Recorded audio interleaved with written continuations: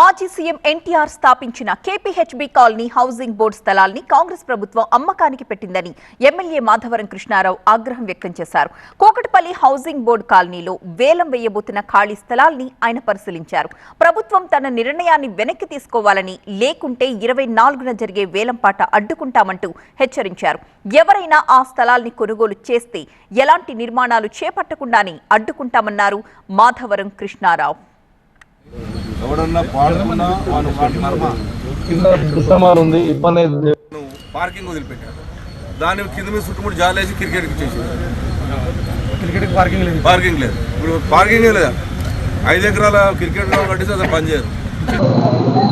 3 గజాలు జాగా అమ్ముతాడా ఎవడన్నా? 3 గజాలు 6 గజాలు జాగా అమ్ముతాడా?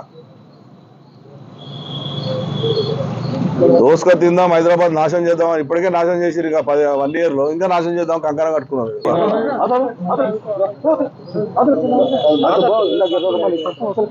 51 గజం, 99 గజాలు, 66 గజాలు, 56 గజాలు, 30 గజాలు ఇలా అయ్యా జాగిరా. ఇది హౌసింగ్ బోర్డులో